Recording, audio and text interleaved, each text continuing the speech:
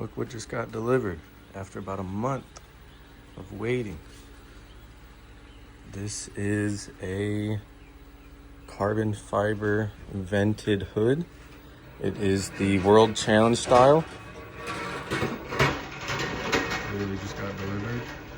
Chinese letters on the truck too, but it's supposed to be the vented one. Let's get it opened up.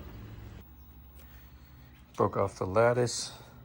This is how it was shipped. The box is absolutely undamaged. This looks like it's undamaged. Everything looks really good. I'm gonna start peeling it back and see if I can maybe get this cardboard down, and I'll set the hood on the cardboard.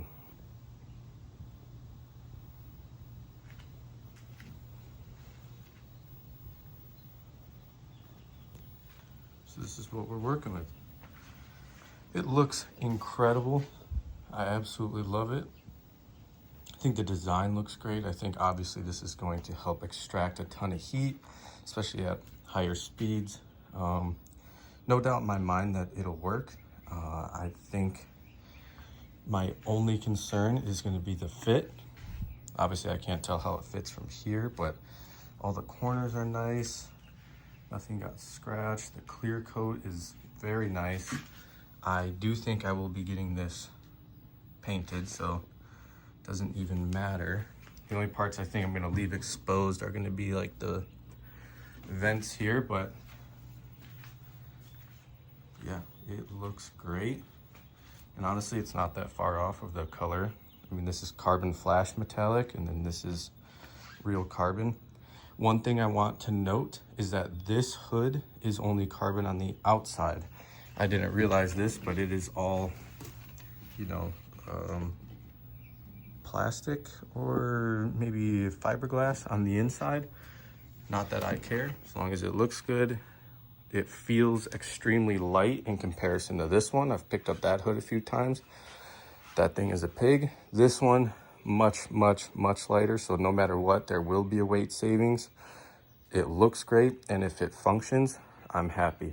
I think what I spent was exactly $1,000, maybe like $1,050 from deposit to ship to my door. So you're talking about $1,000 for this hood. I think Anderson Composites makes one almost identical. I don't know, if theirs is made in China or not. That's none of my business. However, this one is made in China, $1,000. Anderson Composites is like $3,000, I think, for something that looks identical, functions identical.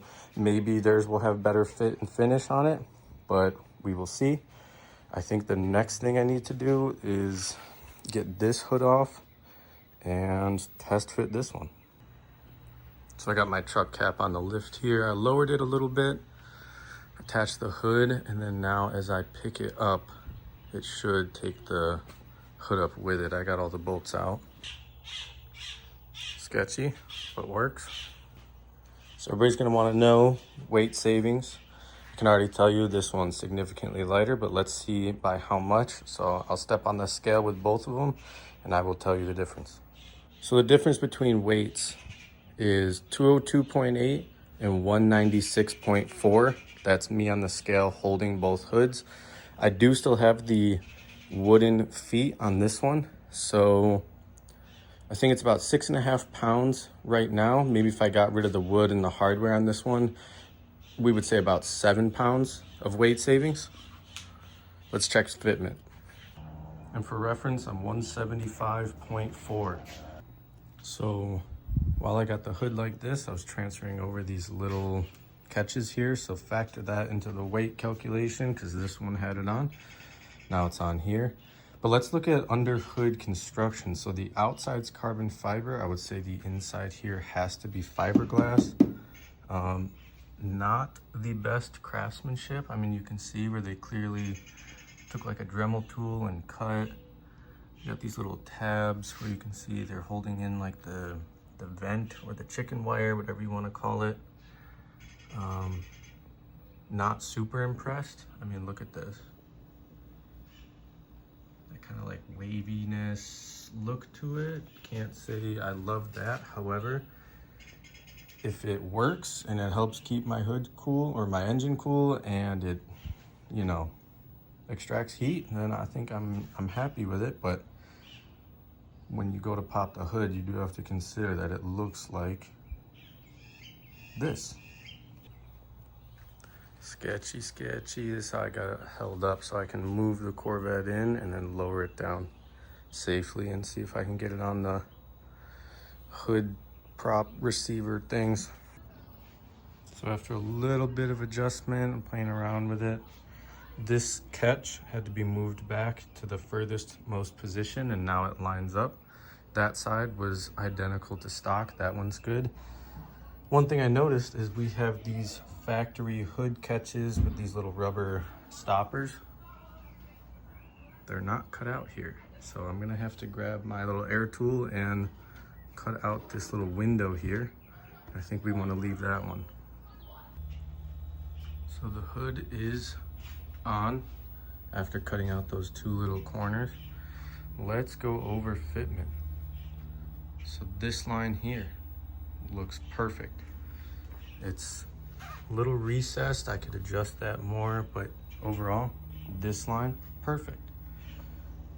Going up the side, very good. Shape matches that body line exactly. The shape this way is perfect. The corner is perfect, just like OEM. Looks very, very good. Let's go to the other side. This side, corner is good. I could come up a tiny, tiny bit, but that's good. Now let's get into the body line this way. Again, very good. I think the shape is correct, like this curvature here. Maybe it comes in a tiny bit at that corner. But then let's talk about the issue here. From this angle, it's almost like the curvature of the hood is too strong or too curved to match the fender line. I'm not sure how to fix that. So I will have to talk to the manufacturer about that one. And because the curvature is too strong, this part is very recessed. It's almost like the hood needs to be flattened out a little bit. But I'm gonna see what I can do. But the overall shape is very good. It's just this one line of curve here. But you know, you get what you pay for. And I just use this little air tool to cut out those corners. I'll show you what that looks like. Haven't cleaned it yet, but this is what I ended up doing. Just cutting out this little rectangular shape on both sides. I can clean up the little edges where I went over and maybe like file this down, but honestly, you'll never see it, so I don't really care. Just gotta clean it up. Yeah, I'm gonna have to take some photos and see what the manufacturer says, but I mean, it definitely does its job. We'll see about cooling next once I have some time. Oh, look at that. Doesn't really want to shut on this side. There we go. But yeah, not super thrilled with that, but I'll take some photos and see what the manufacturer says. I will say, despite the little fitment issue over there, this thing looks incredible. I don't even know if I want to paint it. I might leave it just like that. If I can get the fitment even better, I think I would paint it, but for right now, I'm a big fan. From what I've been reading, is you can try heating it up and reshaping it. So I have a cloth underneath here providing some up pressure, and then maybe once this sits in the sun, I think it's going to be 102 today. Let it get real hot, and then maybe I will put some pressure or some weight right here to help push this down and see if we can make a difference, but it's worth a shot. So here's my idea to help flatten it out a little bit. I got towels set up, and then the canopy is about 25 pounds. Don't know if that's enough, but I don't know. Google said you could try heating it up and see if it would flatten out. So I put it in the sun. 172 degrees out here. Let's see what that does.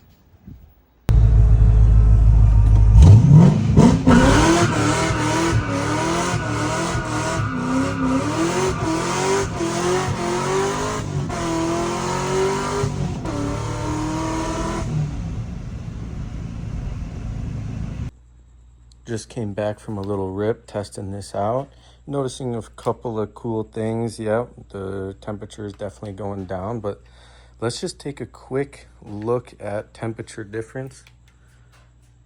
So this hood's like 114 here, which is right above the supercharger. It should be hot here. Let's check a vent. 155. You can see this is really drawing out some hot air. Now let's do the same thing. This is like 133 right about here. And now a vent, 170. This one, 150, 150, 160, 170, 180. We're talking almost 200 degrees on these rear main vents. And then let's see, right behind it, 150.